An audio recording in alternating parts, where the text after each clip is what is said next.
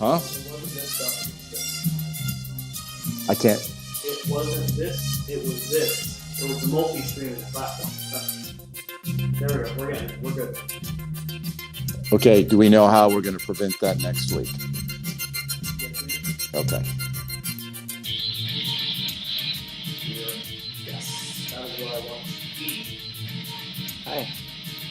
Oh, there's John. 1 minute, 23 seconds. Yeah, we had a glitch in the start, so we had to restart it. So hopefully not too many people sign on until the last minute anyway, so I don't think it'll be a big issue. All right.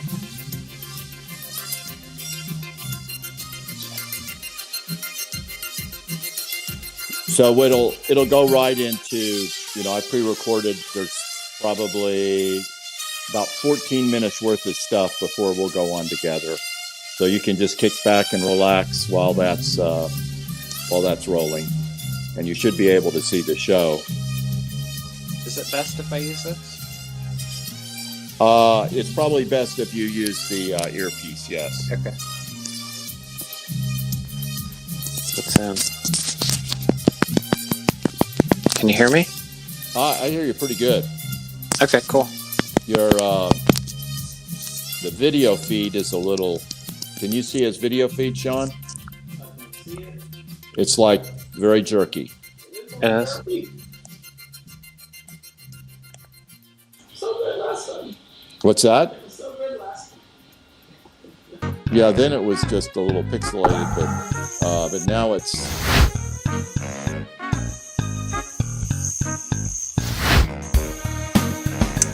I don't know. It should be the same.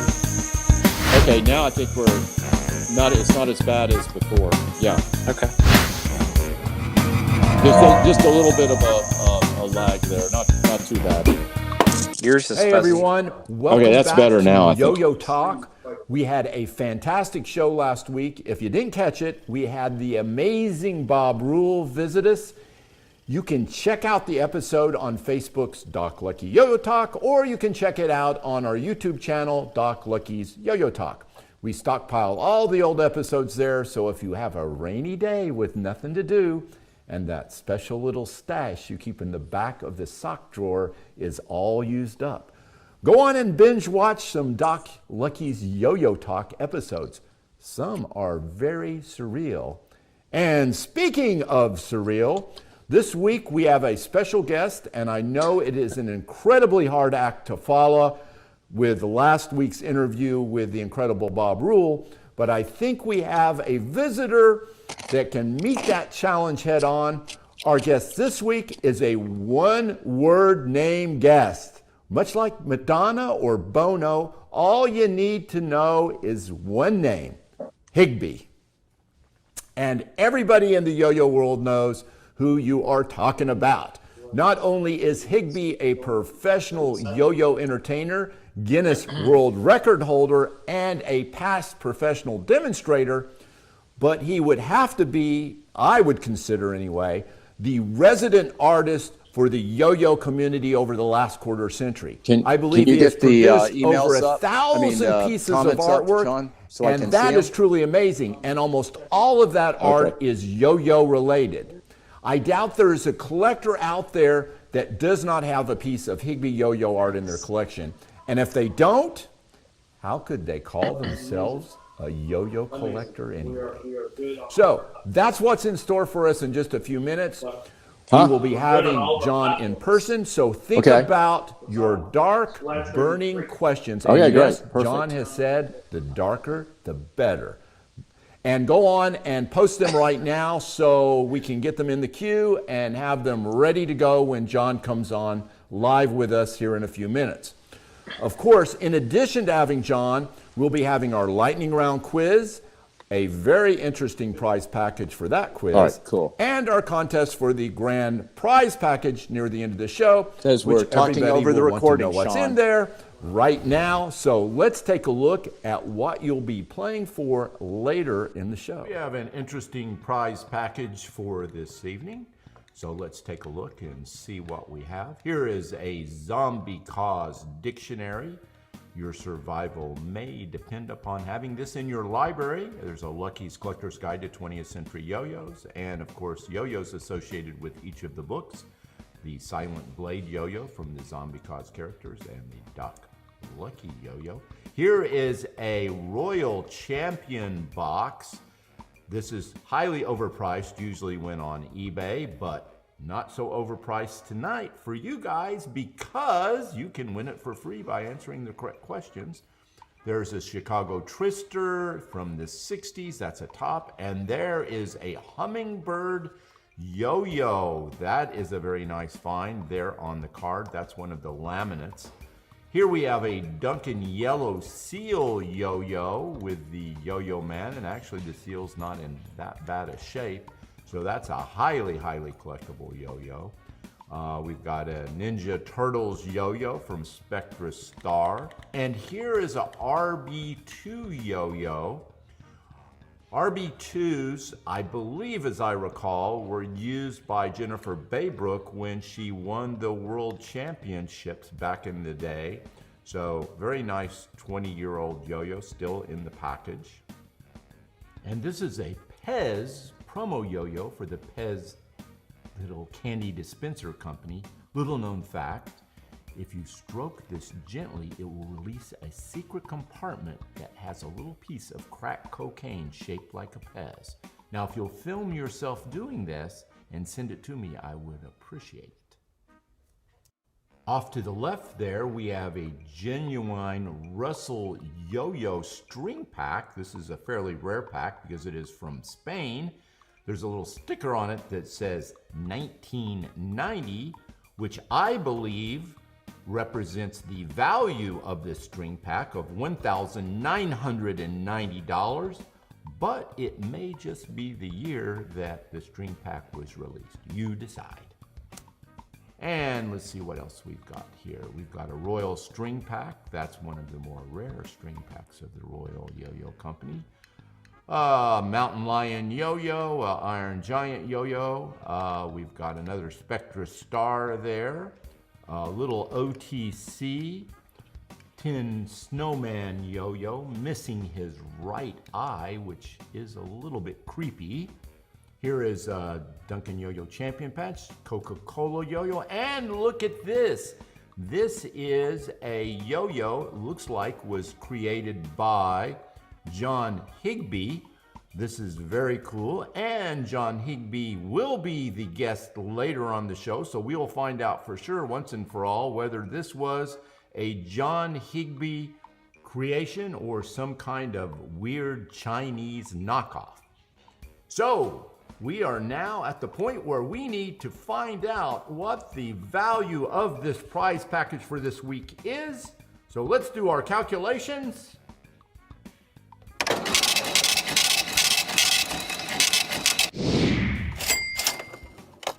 And there you have it, $235 for the winner of the pop quiz at the end of the show. Good luck to everyone. Okay, so that's a pretty solid prize package. I know the Nicky Nader has been dry for a couple of weeks, so he's all agitated and ready to win. And matter of fact, all of you lost to a non-yo-yoer last week. And here's a little clip from him going through his questionably deserved award pack. All right, I'm Michael Holt, and I won this yo-yo thing last week. Thanks, Lucky. So we're gonna open up and see what it is. First thing I notice, yo-yo guides, I'm very inexperienced, so I'm happy I got this. Let's see what else. I have no clue what this is. What is this? I don't know what this is. Oh, smiley face. Is that yo-yo? I don't know what yo-yo looks like either. I like it. We got Lucky's book. I don't know how to read either, so that's always good. All right, we got the Pro Yo, which is obviously because I don't know how to yo-yo, so I don't know how to work it, so Lucky, you're gonna teach me? Okay, that's pathetic. Simply pathetic. This guy has to have his shoes off to count to 20, and he beat all of you guys. So please, let's not have a repeat of that humiliating experience that we had last week, okay? Before I get into our lightning round quiz and prize for the week, I want to honor our guest tonight, John Higbee, by speaking some on yo-yo art. I strongly believe that art has been paramount in capturing the history of the yo-yo throughout the ages, and it remains a very potent vehicle to keep our hobby or sport in the full view of the general population. Yo-yos are not something that folks have written about a lot, as they are really a visual form of performance art just in itself.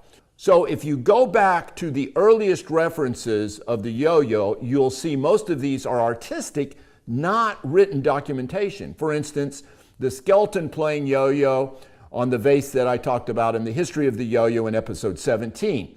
There are also early paintings of Indian princesses playing the yo-yo from around the same time period. That would be around 1750. Here's a hand-sewn piece of artwork depicting a young girl playing the bandolore about 1850. And artwork is more than just paintings of individuals playing with a yo-yo, but cartooning of itself is an art. And many of these early depictions of yo-yos appeared in cartoons, which let us trace the history of the early yo-yos. Thinking back to the French yo-yo craze around 1790s, we would not even know to this day that it happened had it not been for the cartooning of the yo-yo, in which most of these references during that time period were in political cartoons. Had it not been for these cartoons, we'd have never known the yo-yo existed during that time, and that's important to our history of the toy. As we entered the modern era, starting in the late 20s, artwork continued to be significant in documenting the yo-yo's rise in popularity. This is a painting of a Filipino demonstrator from the early 30s. A little interesting story here about this painting. I found it on eBay about 15 years ago. Obviously, I bid on it because it has a depiction of a Filipino yo-yo player. But immediately after the auction was over, a non-yo-yo collector, just a guy interested in the actual art itself, offered me 3 times as much money for the painting that I had just paid for it. So artistically it was important, but historically for the yo-yo, I think it's extremely important. And you can also see the rise in the yo-yo through the cartoons of the time. Yo-yos, when they're popular in society, show up culturally in the cartooning of the day. And here are several cartoons from the 1930 craze, early 30s craze. Some of these reflect the actual craze with the toy that was occurring in the United States and Britain, while other cartoons use the yo-yo as a vehicle for humor. But to be useful as a humorous prop or vehicle, the yo-yo had to be ubiquitous throughout the population in recognition to be useful in this regard. So when we see yo-yos in artwork, especially cartoon art, this reflects the popularity of the toy during that period. When we had yo-yos becoming part of the common culture, they began to appear in movies and in animation. As we ended up more in the 50s, 60s area of extreme popularity, again, we would see the yo-yo on covers of comic books and magazines, as well as political cartoons. Remember what happened when Richard Nixon played with the yo-yo at the Grand Ole Opry? This was right before his relinquishing of his presidency. There were a lot of political cartoons of Nixon and the yo-yo at that time period. As we entered the last giant yo-yo craze of the late 90s, check this Mad magazine cover out. Yo-yos, once again, were entering the cartooning of pop culture, and even then, we have our own community artists producing works. Although John Higbee is probably the best known of them out there, there are other pieces of artwork produced in this more recent time period, documenting some of what was going on with the yo-yo culturally. And I would be totally remiss in not mentioning the Yokota brothers, Whip and Titty Freak, who have produced significant yo-yo artwork over the last 20 years, which I personally am very fascinated with. And hopefully we can get them on the show in the future too. So art and the yo-yo culture are linked together. and it's an important tool in the documentation of the history of the yo-yo. And if there are guys and gals out there watching who are artists producing yo-yo art, please let me know. Send me some pictures, because I would be happy to post some of your stuff that you're working on right now. And I think there are individuals that do produce occasional pieces, but none that I'm aware of that is focused so much on the love of yo-yos as our guest, John Higbee. And right now, before we go to our interview with John, we are going to our lightning round quiz. We have as a special prize artwork of John Higbee. So this is going to be a great prize for this particular lightning round. One of the kind stuff signed by John himself. So I'm going to show you what you guys are playing for, and then we're going to jump right into the lightning round. And then after the lightning round has ended, we'll be talking to John Higbee himself. So here's what you are playing for. We have a one-of-a-kind canvas painting of someone that looks vaguely familiar. And in addition to that, we will be sending you, once they are completed, an Evil Doc Lucky Yo-Yo, which I believe has a limited run of only 12, and you can't buy them anywhere. So very, very unique prizes for this lightning round, and let's jump right into it. Who is this famous comedian holding this yo-yo in the 1960s? First and last name, the name of the comedian, not his comedy trio. There you go. Name this comedian from the early 60s that is holding this yo-yo. First and last name must be given, and it's not the comedy trio. The name of the guy in the center there holding the yo-yo. This should be a quick answer, folks.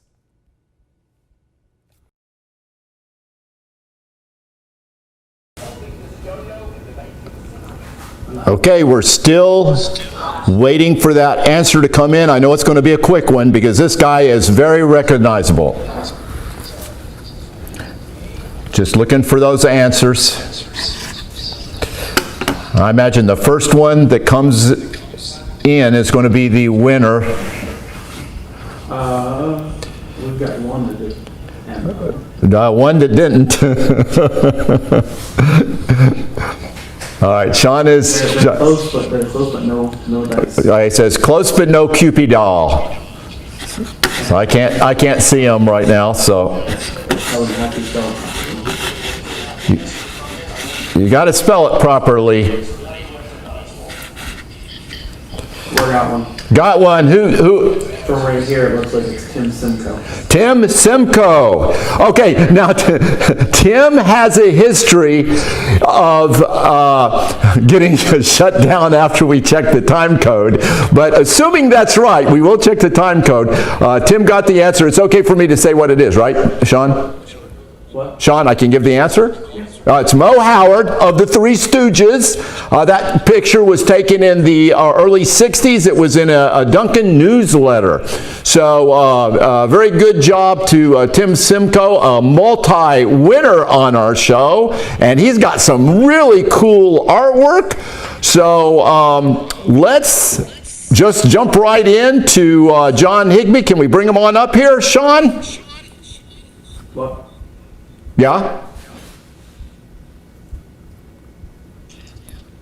I don't know. We're waiting on Sean here to do his... There he is. So John, thanks for coming on the show. And before we get some of these questions, I've got one for you right off. Mr. Yodel. That's a stage name, but you also use it in your artwork some. Tell me a little bit of the story about how it happened. It's not a stage name. It's just a cartoon that I used to draw. Oh, my mistake. So I thought that you sometimes use that as a stage name as well. So that, because I'd only seen it on the artwork, but I was reading. I think I was reading it on the Wikipedia, the Yo-Yo Wikipedia, that you use that as your name. So that's incorrect. So somebody needs to correct that then, I guess. Yeah, I think it stems from my Topps trading card. They, for some reason, printed that. Ah, And okay. Well, that makes that's sense. the reason why. So, Yeah. you're a yo-yo entertainer, and that's kind of versus being a yo-yo demonstrator, because a lot of people think they're very similar, but there really is quite a bit of difference. Comment on the difference between being a professional entertainer and being a yo-yo demonstrator for a company. I know you've demonstrated for companies before, so what's the difference? Well, yeah, I guess you're just trying to sell yo-yos, right? The difference is it's based on connecting with the audience and not about the product, I guess. But as far as what you're doing, it's a tremendous more amount of work behind the scenes. You are the guy that's making it happen. So you've got to arrange for everything. You've got to arrange the travel arrangements. You've got to do all that back behind the scenes crap, and then develop those connections with people to have you come back. Because when you go to these comedy festivals and things, you're a repeat player, are you not? Yeah, definitely. I think the reason I got into festivals at first is because nobody was doing like a yo-yo act. There's a lot of like jugglers, magicians, and that type of thing. Because I did a lot of street performer festivals, and that's what really inspired me to become a performer. So you've been on a lot of shows, including Letterman and Comedy Central and the Discovery Channel and the Guinness World Record show, and I know you've had at least 4 world records, the Guinness World Records regarding yo-yos. So what were those records that you had set? Lighting matches with the yo-yo. I did it twice, so I have 2 records for that trick. The first time I did it was in China. And what was the number on that? I did 15 in 1 minute. Wow, that's a lot. I know. Then I went to Italy and I did 18 in 1 minute. Wow. So I beat the record and got a new. And is that still the current record? For the match, I think so, yeah. Cool. And are you going to go for 20? Yeah, I think I could beat it. I do 2 in all my shows every night. But yeah, when I did it in Italy, I actually broke one of the tips of the match, and it flew into my eye during the TV episode. So I ended up lighting like the last 3, like covering my eye as the ember was kind of burning away. It's pretty dramatic. Yeah. That's the love of the art right there, the pain that goes along with it. So so you know, we're showing your the YoYoShow.com, just in case any of the viewers want to know how to get in touch with you for bringing you in for a professional show. I know you travel all over the world, obviously, to do these shows. So, of all these shows that you've been on television, personally, I like the Time Warp the best. That's the one where you broke the glass in slow motion. I thought that was just incredible camera work and all that. Hey, Sean, can you show a little clip from that? Yeah, check that out. There's that glass breaking in slow motion. Unique. That was a very, very cool show. What would you say your favorite show is as far as having been an appearance on? I know you did the Gong Show and stuff like that too. So what would you say your number 1 pick is? I would say the Gong Show is the funnest, just because I was on stage with Mike Myers and Will Arnett. But the Guinness World Record show is so unique just because you're hanging out with like the world's tallest man and the world's smallest woman, and actually gave them yo-yos with the string adjustment. But cool. Yeah, and then like looking at people and being like, what is their thing? You know, like you can't tell. Like this one guy had like a trench coat and he was all like mysterious, and then when they pulled him up on stage, he like stretched his skin way out. Yeah. And that was his. Ehlers-Danlos syndrome, just so you know what was going on there. Nice.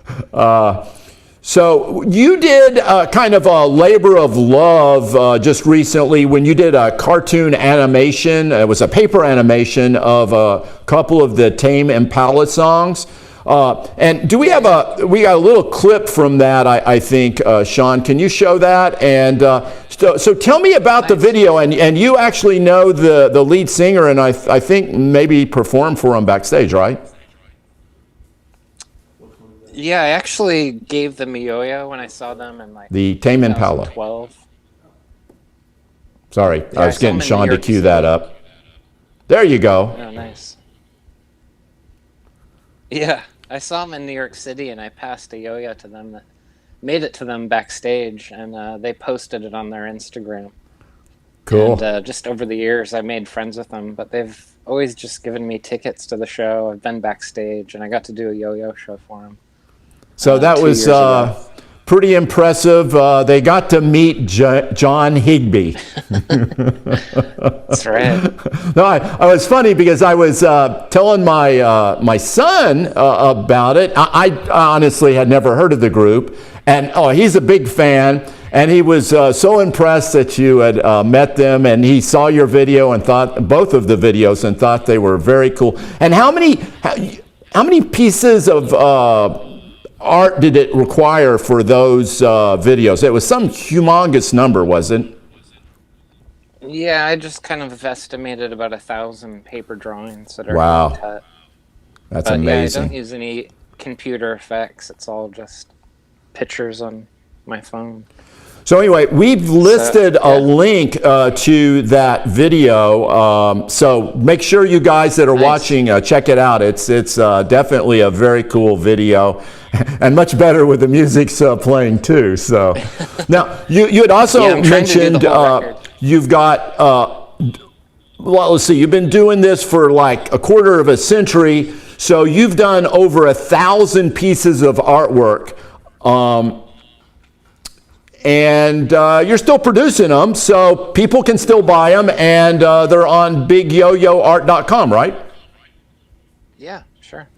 So there's absolutely no excuse for a yo-yo enthusiast not to have a piece of Higbee artwork hanging on their wall right next to the periodic table of yo-yos. That's right. A shameless plug there for me.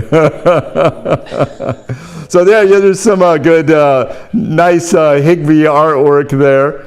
Can you throw up a couple other pieces there, Sean?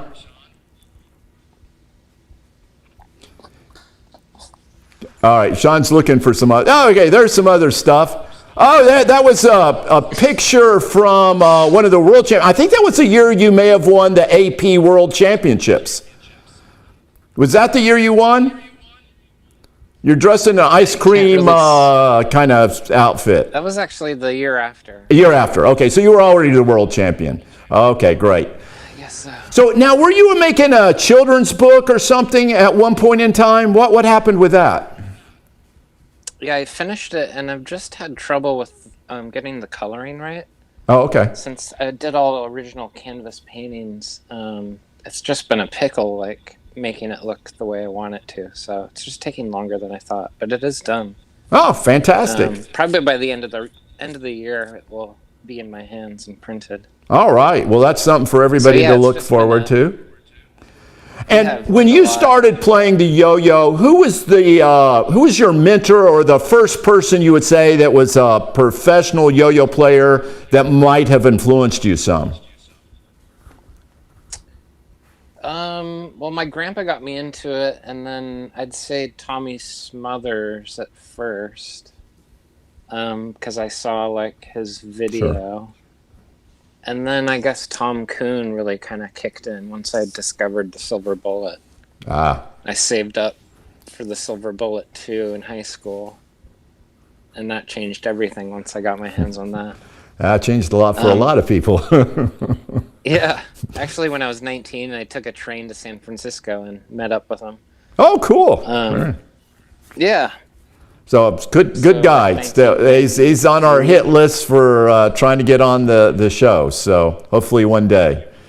Oh, yeah. So I ask everybody, what's your favorite yo-yo? Meaning, what is your go-to yo-yo to play? And then I know you collect, and you said you collected some tins. And what would be your favorite collectible yo-yo, if you would say? So your favorite playing yo-yo and your best yo-yo in your collection.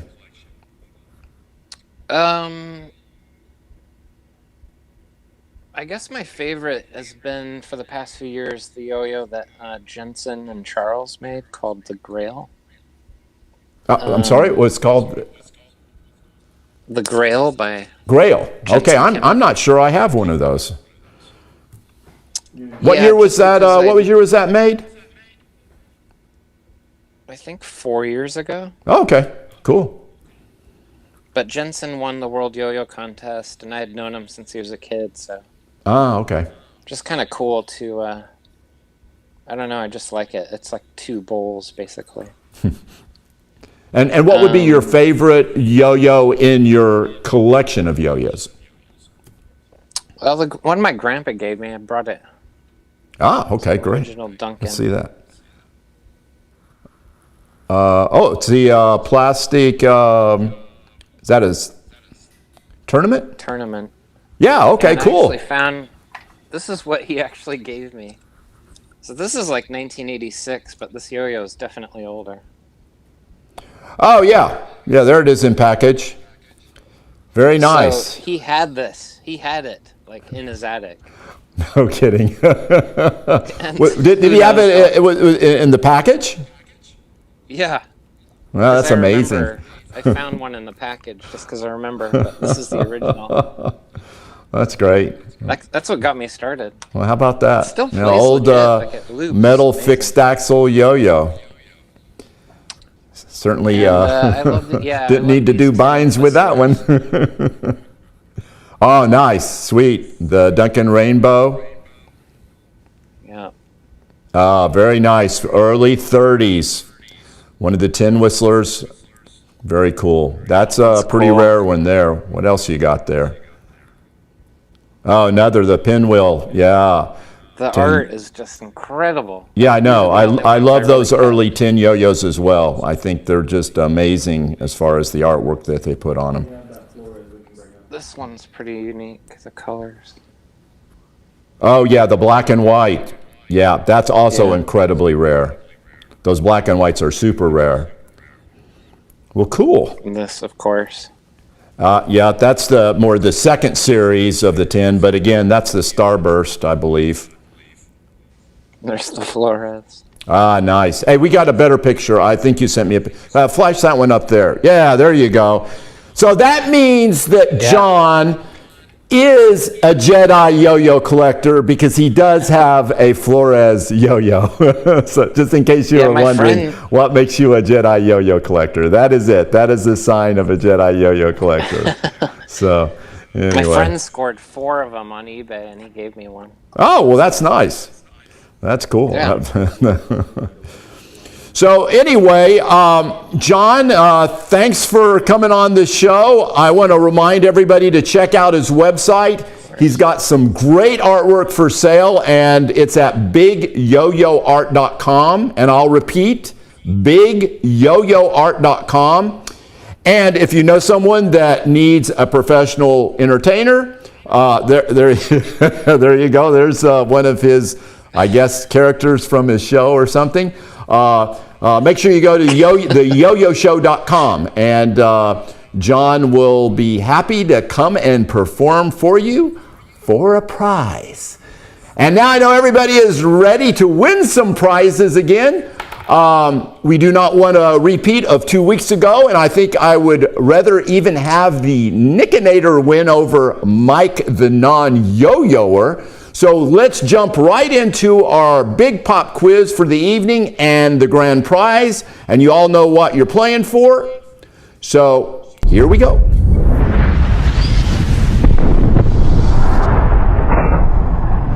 Doc Lucky's Pop Quiz. One shot, one champion. first to answer both questions in the Facebook comments wins. Get ready.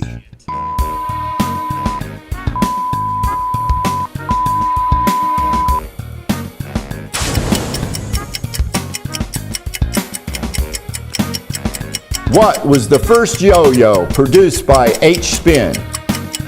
And what day do we celebrate National Yo-Yo Day? You must answer both of those questions. They're actually pretty easy. You would know this if you watched the earlier episode when we were talking about H-Spin yo-yos. That's a pretty obvious one. But if you didn't, well, then you're probably going to have to look that up. And then everybody should have that day memorized in their brain. National Yo-Yo Day, and it happens to be Don Duncan Sr.'s birthday. So that's the day we celebrate National Yo-Yo Day. So we're waiting for those answers to come in. Oh, we got a winner, and Sean, So far, it looks as though so far Simcoe again. It's Tim Simcoe again. A double winner. Now, the last time Tim was a double winner, we had to tell him no, he was denied on both. So we are going to check time code to make sure. Are we getting any challenges there, Sean? We're doing a double check here. We're doing a double check. And the answers were the handquake and June 6th was the date. So that's National Yo-Yo Day, June 6th. Don Duncan Sr.'s birthday, and the handquake was the first H-Spin yo-yo. And Sean, what do you... The closest person is Chuck Short, but we're not going to know until the end of the show when we look back at it. Okay, so we are going to double check after the show to make sure that that Tim was the double winner, and he's deserving of it because he thought he won this way once before. So hopefully we will not deny him twice in a row. So anyway, congratulations to Tim for being the double prize winner tonight. And a big thanks to John Higbee for being on the show. Next week, we have another guest, a guy I've known for over a quarter century. I think we first met at the 1993 National Championships. He's been a winner of the Harvey Lowe Lifetime Achievement Award. He's a world record holder. He's been a judge at many a contest. He's a demonstrator, a player, and a fantastic collector. And he has a secret hobby, which I will let you know what it is next week. The great Jim E. Johnson. Not an episode to miss. So this is Doc Lucky signing off. And remember, you can never have